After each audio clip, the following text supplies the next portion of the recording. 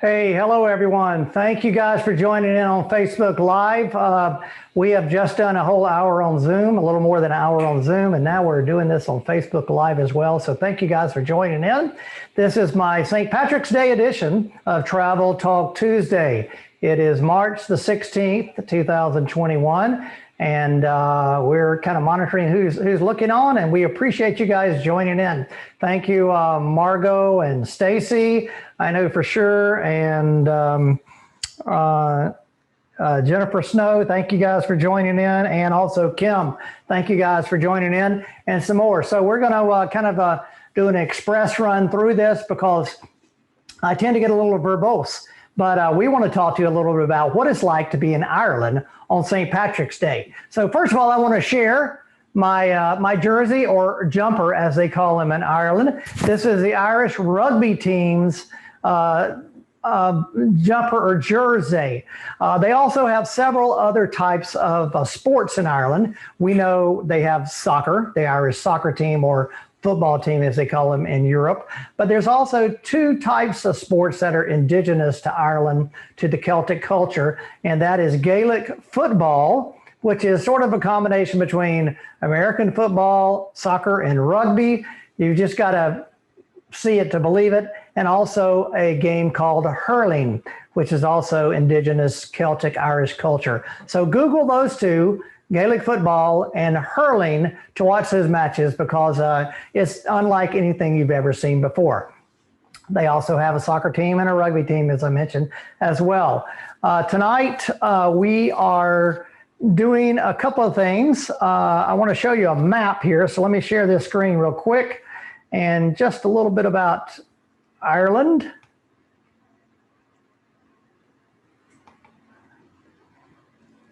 So here we have a map of Ireland, and you can see the whole Ireland. Northern Ireland is up at the very top, and the Republic of Ireland is the bottom. This is a map of our tour route for our Best of Ireland tour, and I just want to point out some of the places that are going to be in the video tonight. Dublin, of course, is the place of the most famous St. Patrick's Day Parade on March 17th, almost every year, not last year nor tomorrow. But other years, it's a fantastic event where 500,000 people show up that's 1/10 of the population of the whole island, and show up to watch the parade in Dublin. We'll also be talking about Wicklow, which is just south of Dublin here on the far right-hand side of the map. Then on the far left-hand bottom corner, Dingle Peninsula is there. It's a very important place that we'll be looking at for monastic sites and just the experience of being out in the wide open. And also up right above Dolmen is the Cliffs of Moher and Galway. So I want to have just one little commercial break and talk to you about my friend Molly Verlin. Molly is a tour guide who worked with me, and she is an expert in guiding some of my tours in Italy. And as you know, 2020 was a terrible year for all of us. She was able to guide no tours, as I was not able to guide any tours either. But Molly has gone out and opened her own company here in the southeastern United States called Molly's OldSouthTours.com. If you'll look that up, and if you're interested in going somewhere and doing a tour, she has a fantastic tour that does Savannah for 3 days in Charleston, and she is an expert guide, very knowledgeable and historic in it, and sort of the same philosophy of my travels, David McGuffin's travels, and she'll do a fantastic job. So look up her website, Molly's Old South Tours, and if you're interested in going, she's got tours in the spring and summer and fall of this year, so kind of keep that in mind. Without further ado, let's move on and talk a little bit about what we're having for dinner tonight. Here in Milford, Florida, and it's a Sunday night. My wife Charlotte's out of town, so I get to eat a few things she doesn't really care for. So tonight I'm fixing lamb chops, and I went to Costco, bought the best lamb I could get is from Australia, so who knows. But the last time I had some lamb was in Dingle at the restaurant there on the harbor known as the Chard House. I go there every time because it's fantastic and it's fresh, Kerry lamb. right there from the Dingle Peninsula. But tonight it's from Australia. So I wanted to just show you a little bit about what I'm doing and how I'm cooking this stuff up. So this is my lamb chops I got from Costco. I split them up and I've marinated them for an hour with a mixture that I put in the food processor of fresh oregano and thyme. Actually, it's rosemary and thyme. The guy doesn't know what he's talking about. I can maintain that. Fresh oregano and thyme, some 2 cloves of garlic, and olive oil, salt, and pepper. So I've marinated that about an hour, and I'm getting ready to put it on the grill in just a moment. So to complement this lamb, I'm fixing a little bit of asparagus here. I learned about it in some travel book or travel tale that I read many years ago, where basically the Italians, when they have fresh asparagus, this is not fresh by the way, when they have fresh asparagus in the season, which is in the spring, you just take it, sprinkle it with olive oil, salt, and pepper, roast it, and then you're good to go. So that's the second ingredient. The third ingredient is Betty Crocker Scala potatoes. One time, years and years ago, I went through the process of trying to make potatoes au gratin with fresh potatoes, the recipe that the French would prepare all the time. It took me a couple of hours to do, to slice the potatoes thin, to go through the cheese and milk and all that stuff. And it tastes no better than this right here. So this is a 30-minute recipe. Buy the box, it'll do good. So the Betty Crocker potatoes go in here for 25 minutes or so, according to the box directions. I'll keep this stone in here for pizza and anything else. I'm going to put the asparagus in here in a few minutes to roast it on the stone. So asparagus goes in about 10 minutes before the potatoes are done. And I'm going to shut this door. And then I'm going to take these lamb chops outside and put them on the grill. So this grill's been, unfortunately, it's just a gas grill, no wood or anything. But it's been going for 30 minutes or so. It's around 500 degrees, according to that. I'm going to put these lamb chops on here. 4 or 5 minutes aside, because I like them pretty dang rare. And boy, I could smell the garlic, oregano, and rosemary. It's rosemary and thyme, by the way. It smells fantastic. So I'll leave it there. I'm gonna Garlic and olive oil. for 3 minutes and then come back and check on. So everything's cooking right now. I've got the potatoes and the asparagus in the oven, the lamb on the grill out there. Let me see what Alexa says. Alexa, how much time's left? Well, I guess My Alexa's here is answering we're going to get me. the lamb off the grill right now. There's no timer set here right now, live time.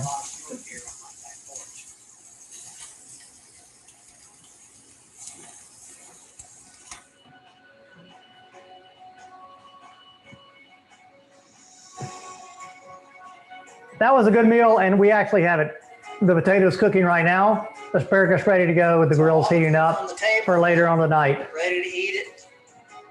My gosh, I'm stuck here in Middleburg, Florida, but it's a great thing. Your culinary adventure starts right here with David McGuffin's Exploring Europe and our cat Tuxedo.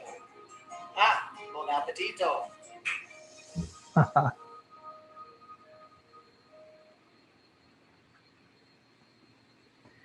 So Ireland, real quickly, just a 5-minute history of Ireland. When the world was created, we think that there was a land bridge actually connecting Ireland, the island of Ireland, with Great Britain or Scotland and Wales and England, along with the continent of Europe. As the Ice Age came and things receded and melted, the seas formed, or the seas kind of overtook the land bridge. And at some point, some people came across this land bridge and settled in Ireland. We don't really know who those people were. And so we just call them the ancient indigenous Irish people. This is a view of Galway Bay looking from the Burren. And this particular burial tomb, called a dolmen in Irish, is known as the Nebron Dolmen, and it dates from 3500 BC, even before the time of the pyramids in Giza were constructed, or Stonehenge or anything else. And this dolmen was in use, this burial tomb was in use by the indigenous Irish people for about 1,000 years. And so things have been dated through that time, 3500 BC to 2500 BC, where bodies and skeletal remains have been recovered dating from those times. This is in the area on the west coast of Ireland in the ancient region known as Connacht. And it's an area known as the Burren, or the Barren Land. And you can see that there is just a whole lot of limestone rock formations, and the earth has been eroded away from them. And for centuries and centuries and centuries, this has been a place where, a sacred place where many ring forts were built and many burial tombs were built. We also know these ancient indigenous people built places all over what we know as the British Isles. For example, this one known as the Castlerig Stone Circle in Keswick, which is in northern England. And we visit this place on our Best of Scotland and Wales tour, but we don't know who built this, but it's a circle, and it all centers around worshiping the sun, the moon, the stars, and the seas. Another one that you might know of, back across the Irish Sea in Ireland, is this tomb known as, or not a tomb, but this place known as Newgrange, which centers on the summer and winter solstice. And then probably the most famous that we know of is in the south of England, Stonehenge. So these people, that's about all we know about. We don't know how these things were built, how they constructed them, but eventually around 500, 450 BC, a Celtic tribe arrived in the extremities of Europe, and they were pushed out by the Romans. Now, these Celtic tribes were originally from the area, what we now know as Salzburg, Austria, around the town of Hallstatt in the mountains. And the Romans pushed them out, and they fled, and they were defeated and fled to what we now know as Scotland and Wales, Ireland, and Brittany and France. And so this is a depiction of the Celtic people. They were a very learned society. And at the given point, probably along about 500 BC, there was about 70,000 people inhabiting the island of Ireland. And these Celtic tribes, there was around 4,000 tribes or kingdoms on the island. You can see here a map, just a little bit of a map about how they migrated from Hallstatt. And another depiction here of a Celtic warrior. And here I am in County Kerry, of one of the Celtic forts. County Kerry, we're on the Ivory Peninsula, better known as the Ring of Kerry.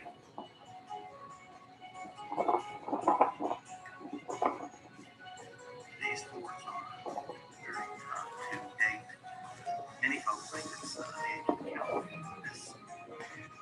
Hey, I see a lot of you guys are watching. Kim and Nancy, Kathy, Jennifer, Toady, Ruth Ann, thank you guys for watching. Alex, thank you. Hadn't seen you in a while. Linda, thank you guys for watching. And feel free to give me some comments, either online or by texting, whatever. That'd be great.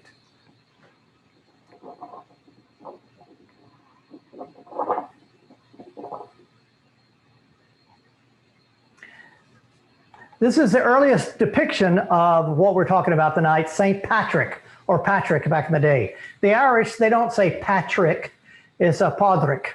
And so that's the most common name for a guy in Ireland, followed by Brendan, the second most common name. But Podrick here is depicted in the 7th century AD in a drawing in France.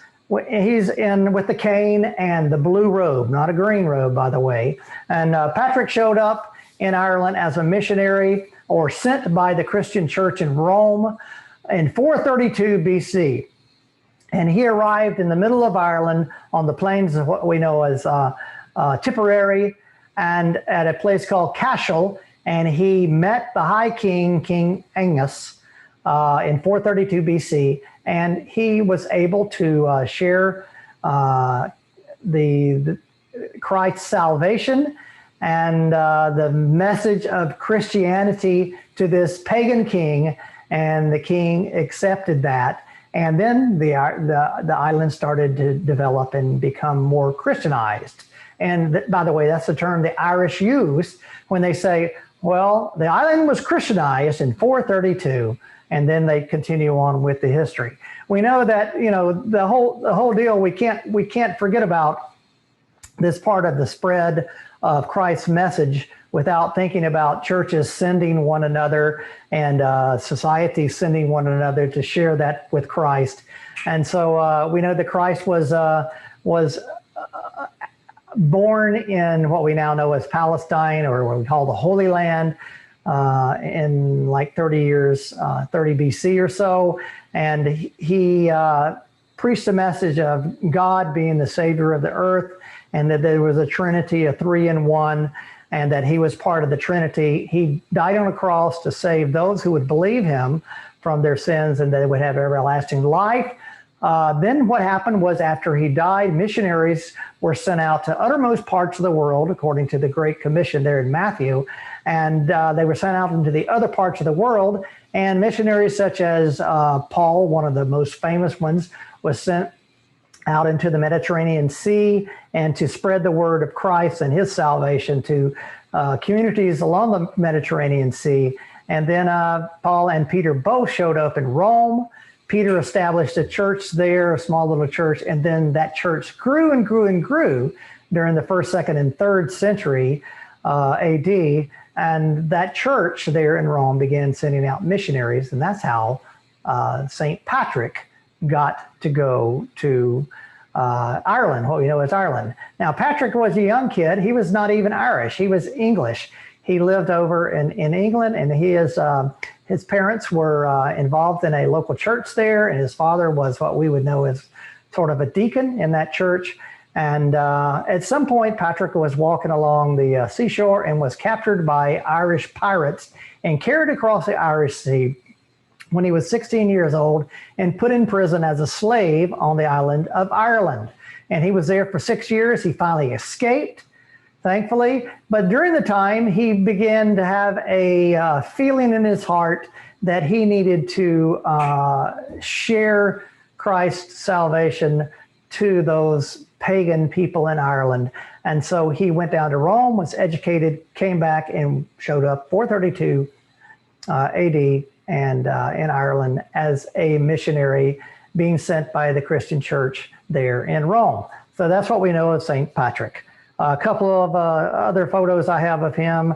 That was the most famous early depiction, but there's also stone pictures of him all over the place.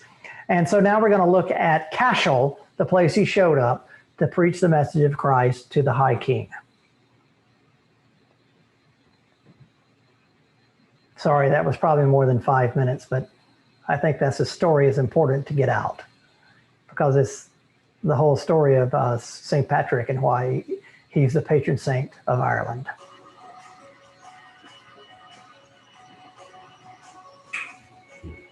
St. Patrick arrived here in 432 AD. Christianity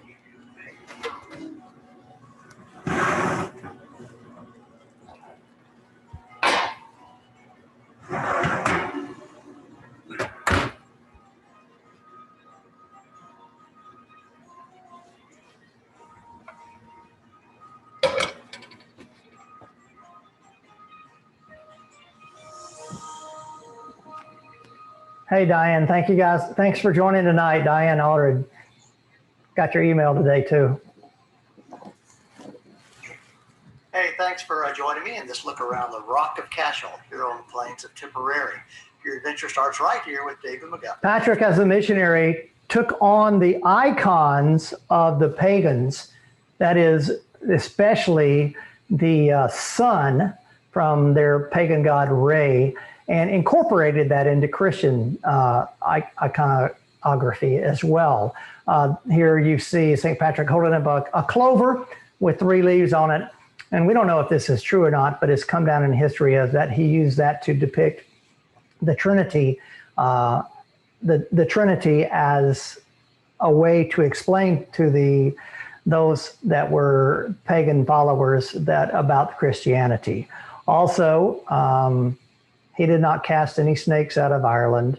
There were never any snakes in Ireland. And he also took, like, for example, this Celtic cross right here.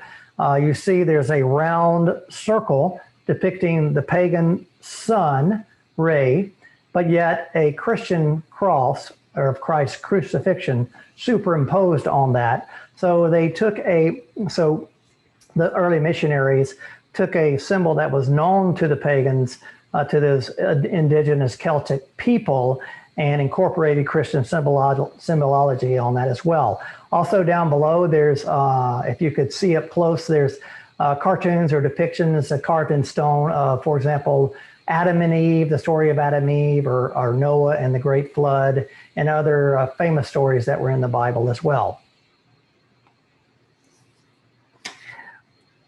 As the Middle Ages came on, the fall of Rome happened around 450, 500 BC, or AD, sorry. And so the Roman Empire collapsed, but the church continued on. And the church took over where the Roman Empire left. But for most of Europe, during the Middle Ages, and we say from 450 to about 1450, let's say, for 1,000 years, we call it the Middle or the Dark Ages, because what happened was that the people in Europe were so intent on just surviving, scratching out a living, getting food and drink and shelter, and avoiding the plague, the various plagues that were going on, that they just forgot all the learning that had happened in the time where the Greeks were fostering culture and education and the Romans were fostering education. So the Dark Ages were really a dark time for most of Europe, but not so in Ireland, because Ireland thrived. The plagues never showed up so much in Ireland, and missionaries were being sent out by the church to Ireland.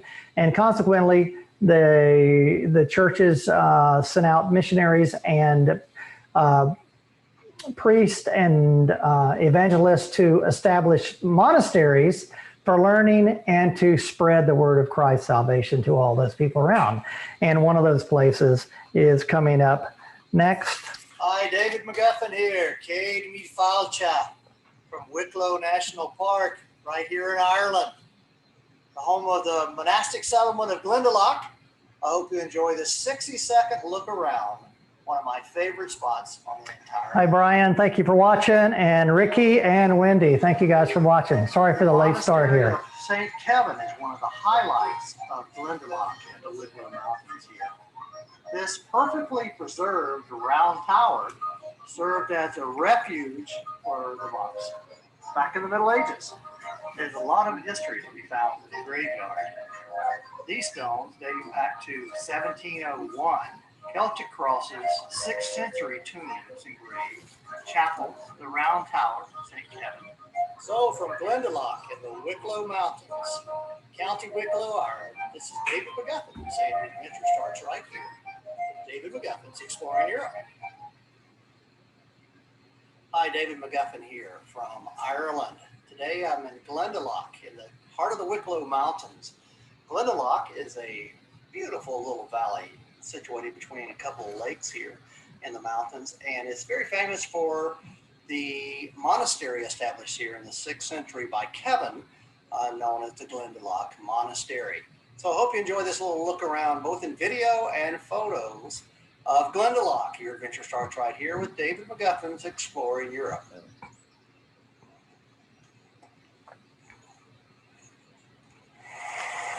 This is such a great place. I include that on both my tours to Ireland. We spend a couple of 3 hours here, depending on the weather, to visit the monastery and to hike the trails. There's a waterfall, several little villages. It's a wonderful place to visit in County Wicklow, just south of Dublin.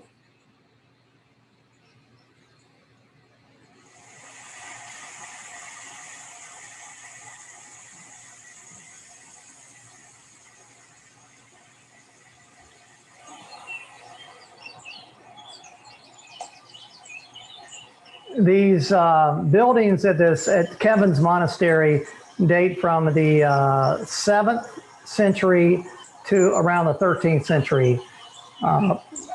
So the various different styles there. In County Kerry, out on the far west end of the Dingle Peninsula. All the way to the very far left-hand corner of the map. For a newly discovered or newly found, at least by me, oratory for the 6th century. It's called St. Brendan's Oratory. Nearby, everybody goes to the Glendalough Oratory, and there's a big coach park there and everything. And this is right out here in the countryside, in the middle of nowhere. So we're going to see if we can find it. I'm huffing and puffing because it's uphill. It doesn't look like it is, but it is. Fixing the fence, and he told me it was up this way. And then I looked and saw this fence along here. So obviously. Hey, Ed, thanks for looking along, watching me. Tourism. Appreciate you joining in. I don't see it's over here at the moment. So yeah, we're walking up this path, we're getting to the end, so it must be somewhere here. Yeah, here's the first town in Summit. St. Brendan's Oratory. It's pretty cool. It's smaller than Galapagos. You know, St. Brendan, he's known as Brendan the Navigator. And many people believe that he discovered America some 600 or more years before Christopher Columbus did. Leanne, thanks for joining in tonight. He sailed across the Atlantic in a little current boat. He and with some of his other monk friends and arrived there on the east coast of the United States. Built a few little beehive huts and corbelled stone structures like this. Got back in the boat and headed back to Ireland. So let's see what's in here. Look that up because that is known fact. Corbell dry stone stacked. See if I can get down here without killing myself. Yeah, a bit smaller than Galapagos. Roof, no roof here, but you can see everything else is intact. Door. Window here. Small little altar probably. Look how thick these walls are. They're 2.5, 3 feet thick. Just dry stacked stones. And to keep the water out, keep it safe and sheltered. St. Brendan's Oratory. Hope you enjoy it. I'm gonna stop it there because I have 2 more videos coming up nonstop, back to back. And many of you know that in another part of my life, I was a band director, and I just loved all 30 years I spent doing that. And I was very fortunate to be able to take my band, the Ridgeview High School Band and Ridgeview Junior High School Band, on many, many different trips all over the United States and all over Europe. And back in 2005, we were able to take the Ridgeview Band to Dublin to march in the St. Patrick's Day Parade. And that was quite a feat back in 2005 because number one, our county was able, and superintendent and everybody approved that trip. And we made it over there and just had a blast. And we're one of the first bands from the United States to march in the parade that just got bigger and bigger and bigger from that time on. And then as I continued working with my business exploring Europe, I took more and more bands to Dublin during St. Patrick's Day week. And so I've taken bands from Florida, several bands from Florida, from the Bahamas, and other places in the United States over to Dublin to march in the St. Patrick's Day Parade, which is a phenomenal thing because there's, 5 million people in the country, but 500,000 show up in Dublin to watch this parade because it's basically the only national holiday. They have bank holidays on Mondays occasionally, but this is the only day of the year that falls on, besides Christmas and Easter, let's say, that falls on the 17th of March, and they take it off no matter what day of the week it is. And so in 2013, I was fortunate enough to take the Spruce Creek High School Band just down in Port Orange beyond Daytona and to take them as well. So the next two videos that are showing, they're chronicling my band, Ridgeview High School, marching in the Dublin St Paddys Day Parade in 2005, and the Spruce Creek High School Marching Hawks band marching in 2013 in the parade, along with touring some other parts of Ireland. So I'll make some comments, but I'm gonna let this run in its entirety. Hey, your adventure starts right here. So this is me with my videotape camera in 2005, marching with my band in Dublin. You can see it's quite a crowd.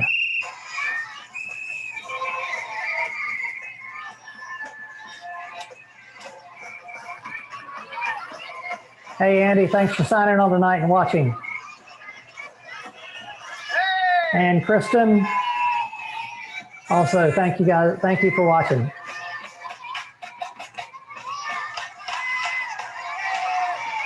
Sorry for the jerky camera. You know, you can really tell these kids are Irish, though, can't you? Look at them, blue eyes, red hair, blonde hair.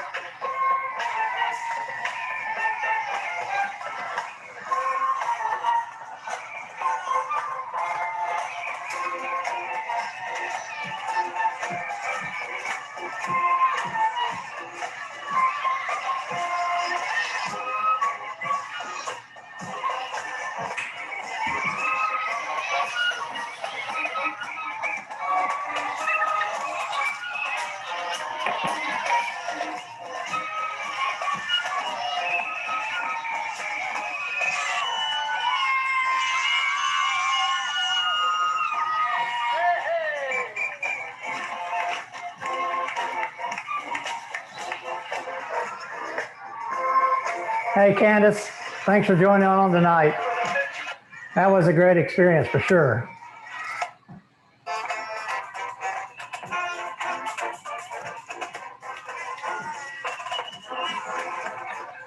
Yeah, Sierra. What's up? Hey, Sierra.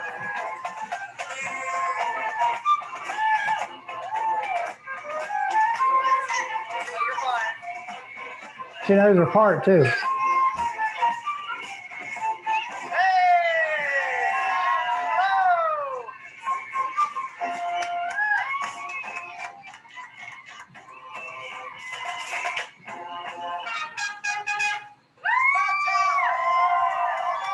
It's a party for sure. So this is in the town we stayed is Wicklow, just south of Dublin, about 45 minutes. They held up the parade for us to show up so we could march and lead it.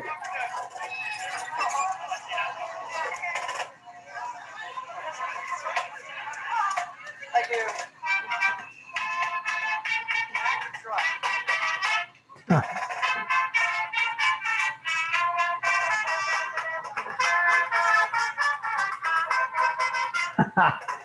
Hey, Sierra, I hope you heard yourself playing a few minutes ago.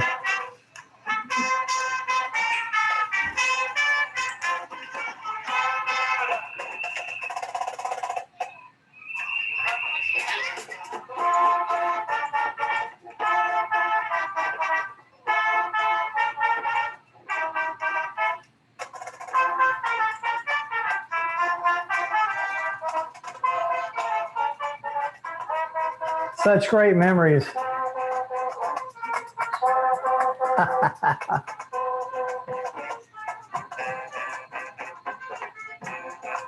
Hey, Molly. And Jennifer, too. It's funny, I never forget them. Casey. She's into it.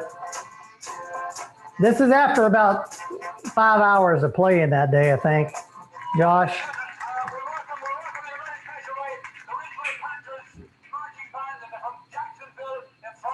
So it's not Ridgeview from Orange Park, not Jacksonville, but he's got the idea. First American band in a long time.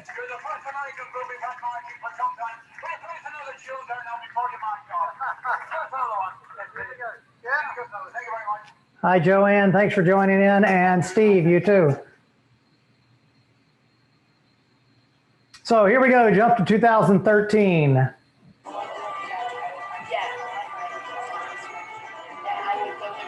In the age of digital photos. So a former student, Abby Austin Whitaker, went along and filmed this with us. High School marching band.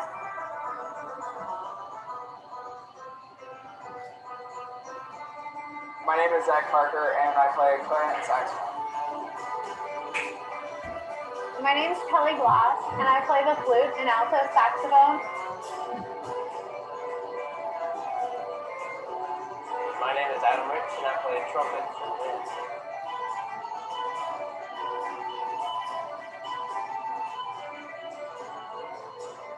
My name is Andrew Kidd, and I'm one of the music directors at Spruce Creek High School.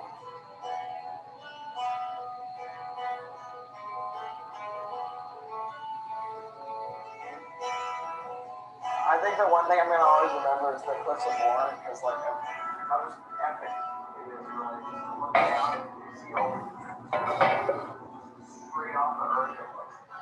Well, when I saw the clips, I was like, holy cow. I knew they're going to be big and pretty, but I wasn't expecting anything like that. Honestly, I couldn't feel anything. I was in such shock that it was like crazy. Like I couldn't even believe that what I was looking at was like honestly true. It wasn't like anything I've ever seen before, growing up in Florida. Everyone had the same expression. It was just like an intake of breath. We don't get those kind of views where we're from in Florida.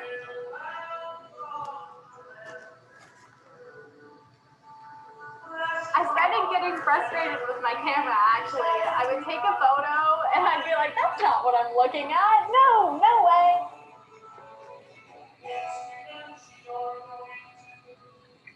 A picture can say 1,000 words, but Ireland could say 1,000,000.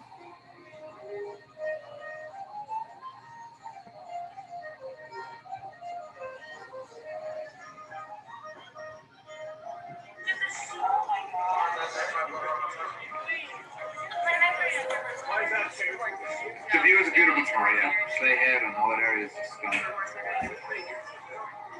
Here's a pretty good example of an ice age valley. This is where the ice, 1 mile deep, grinding its way down.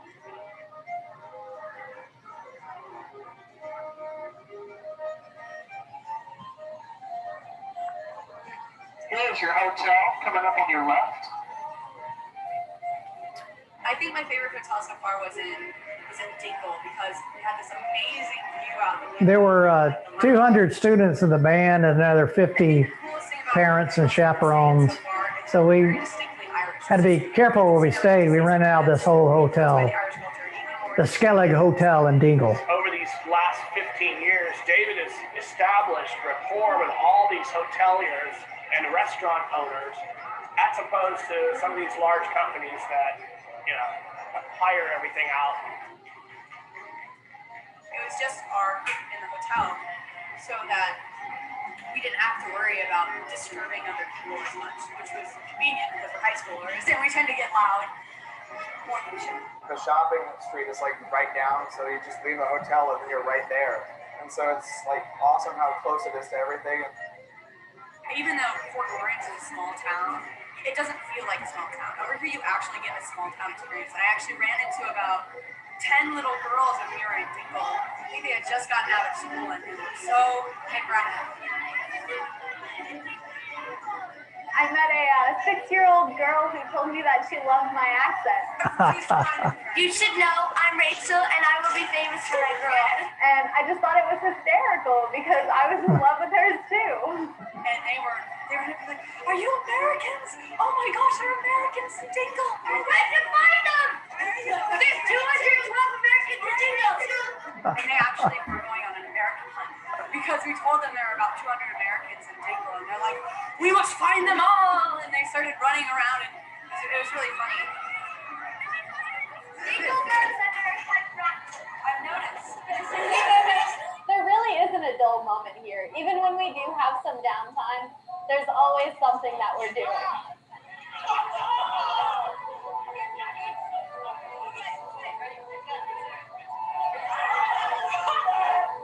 We we're just making memories, you know? I mean, you get to go back to school and say, hey, we played Red Rover in Ireland, you know? It's like, nobody else is going to say that in your classes, you know? People always think about, maybe like Model UN, like the United Nations, or like Spanish Club or like somewhere cool. But in my school, the band is the program that travels. You get to see the culture with 200 of your best friends. That's how I always put it. It's like traveling with 200 of your best friends.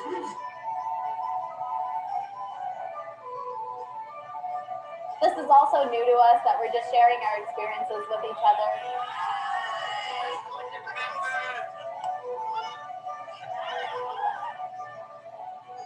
We were in Dingle and we had this family come play for us. We're the O'Shea family. I'm Michelle. This is Paul, my mother.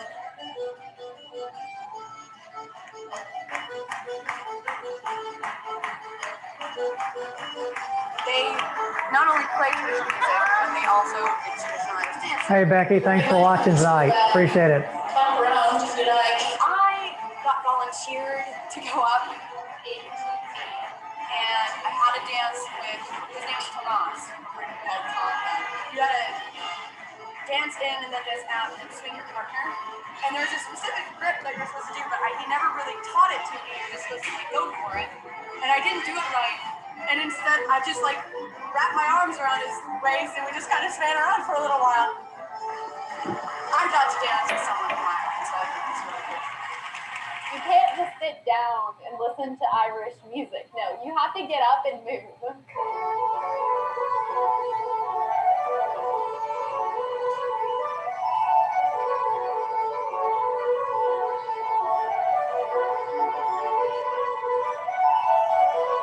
We happen to have a student in our band program, Logan, who also dances, and they got to go up and do a duet dance number, which they were kind of challenging each other and going back and forth.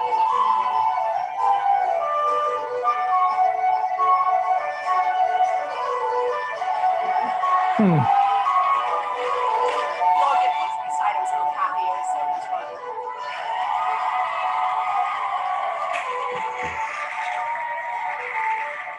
That was like nothing else.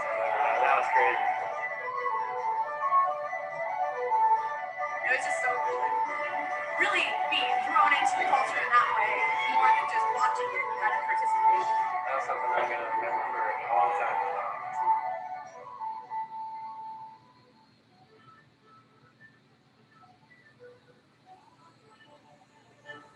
Galway was definitely my favorite.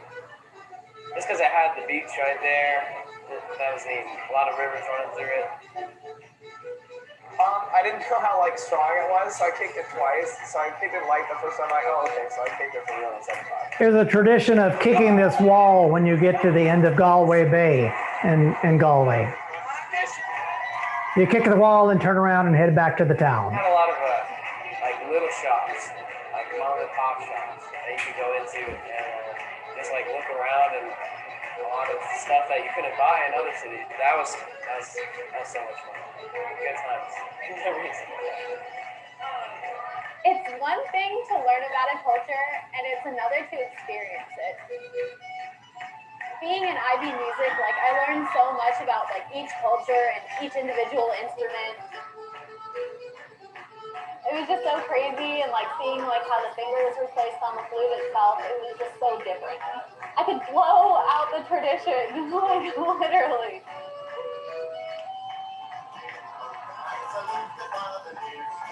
There's times where we split up in our chaperone groups and go out and we experience the folk music in the pub. And that was fabulous. Some of our kids got to play with some of the folk musicians. So we had open mic in one of the small pubs and they got to play it for fun. This is one of the students there at Spruce Creek, taking over the guitar of a local Irish kid. And did a jam session. Everyone got into it. Like the entire pub was quiet, just listening to her play and sing. That's a lot for a musician to see other people like what they're doing and say, yeah, I believe in what you're doing, go for it. It's cool to see that it's brings through for other people, and not just our little band program and our little corner of America.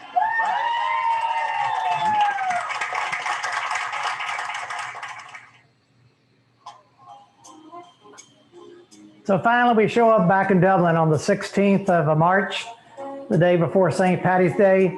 Spruce Creek has a fantastic jazz band, and here they are in Marion Square performing the day before St. Patrick's Day. In the middle of Marion Square Garden with our jazz band. We drew a really big crowd, and I wasn't expecting. Back in the States, I see people at our jazz concerts that just sort of sit there and just like they're there, and they're not really listening to the music or enjoying it. But I just think people enjoy it a lot more here. That made me a lot more happier to play. It made more fun to play since they were enjoying it as well.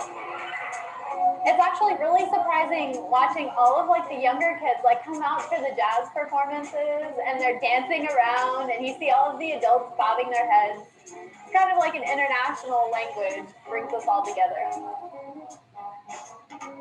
Pretty much everybody in Europe likes music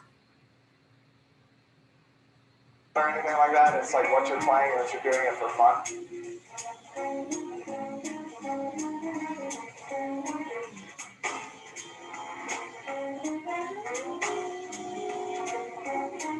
I want to give a big, warm Irish welcome to Spruce Creek High School, all the way from Florida.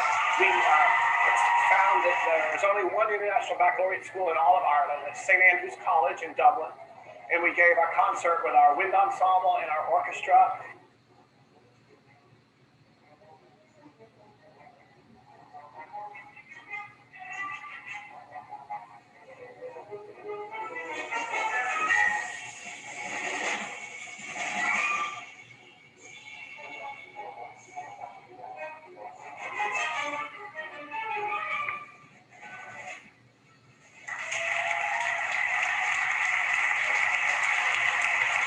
After that, we got together and like we started mingling with everybody.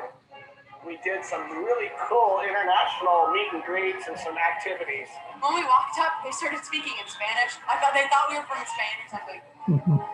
I met a couple first-year kids, that's what they call them here, like the freshmen, and they were excited that we were actually from America. I kind of wanted to learn more about my own culture and my lifestyle and what I do on a day-to-day basis. It's really interesting to see that we have like the same fears of math and how much we don't like chemistry. Meeting people from other places, especially people my own age, it makes me feel like I'm really connected to the world. Right now, the big thing on YouTube is the Harlem Shake. So we did the Harlem Shake together as one, which really united all these kids. And I didn't even think they would know what that is, but they're like, Harlem Shake, let's do it!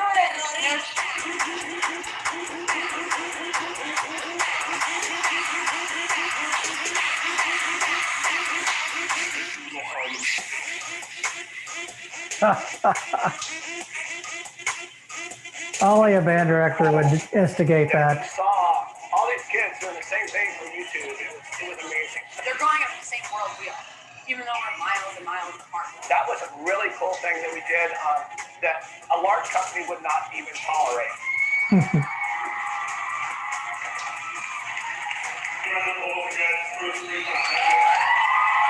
I'm sure that principal was ready to get me and the rest of the band out of there. Here we are on the 17th of March.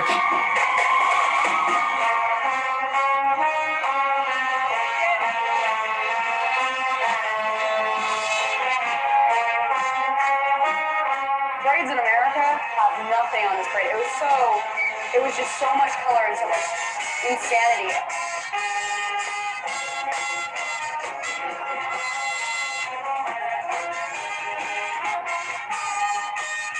When we turned that corner and saw that street with so many people in it, I don't think I've ever seen so many people packed for one event.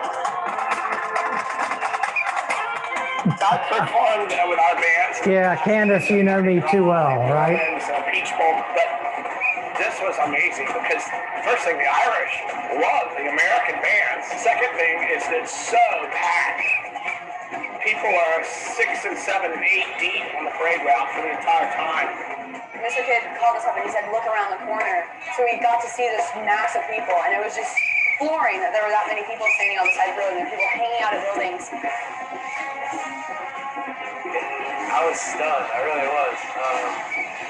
I actually messed up on just a couple notes. I wasn't focused. I seriously had to tell myself to get in the zone and you need to play. As a drum major, and I would always make sure I made eye contact with people. Whenever I got somebody to like smile back and like wave, or like blow a kiss, or like rock on, or a thumbs up, that was really fun for me. I thought that was a lot of fun.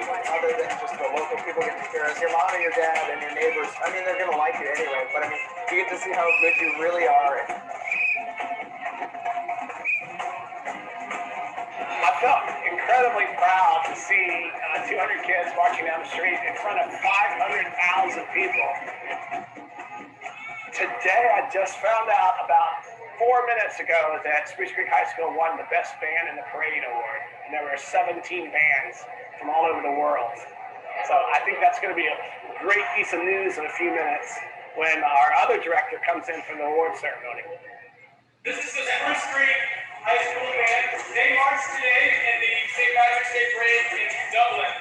And just a few minutes ago, the Lord Mayor of Dublin awarded this group the highest award that we could possibly get, the best overall band in the world.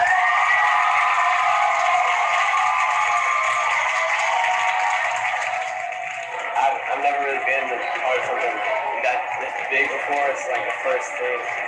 And I don't think I probably will get anything else. But this is definitely going to be up there for a long time. It's really special.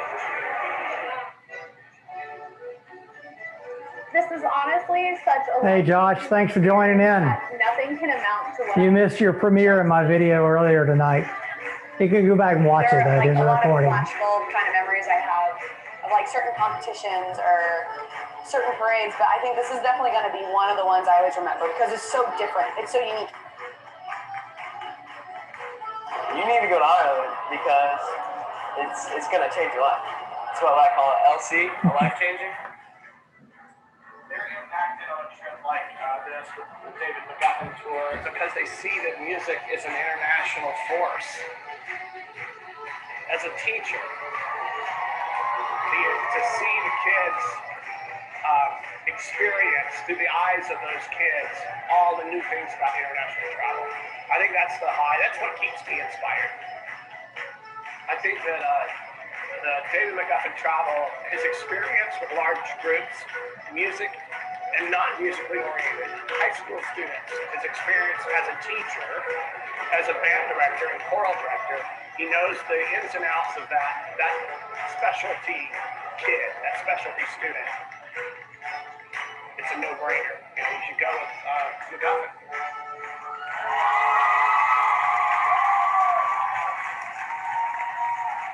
Let these credits roll for just a moment. The 4 main students that were there did a great job. They're all fantastic. I think Ellen and Kelly, Zach and Adam. Adam is the band director nowadays, by the way. Andy Kidd, John Dupuy, and Sean McKegg, the color guard instructor. Thank you guys for making that possible. And also for Abby Austin Whitaker for filming this. A fantastic experience we had back some years ago in 2013. So now, hey, I'm back live and I'm going to wrap this thing up. You know, in Ireland, St. Patrick's Day is a great day for celebration. Boy, it's been tough for them the last year as well. They're still sort of on a lockdown, but no matter where you are, we're all Irish at heart, one way or the other. And no matter what you're drinking, whether it be water or Jameson or Guinness or Smithwick's or Diet Coke, doesn't matter. Thank you guys for joining in tonight. Sláinte, which means to your health in Irish. Thank you guys. We'll catch you at 7:30 next week, Travel Talk Tuesday. Sláinte.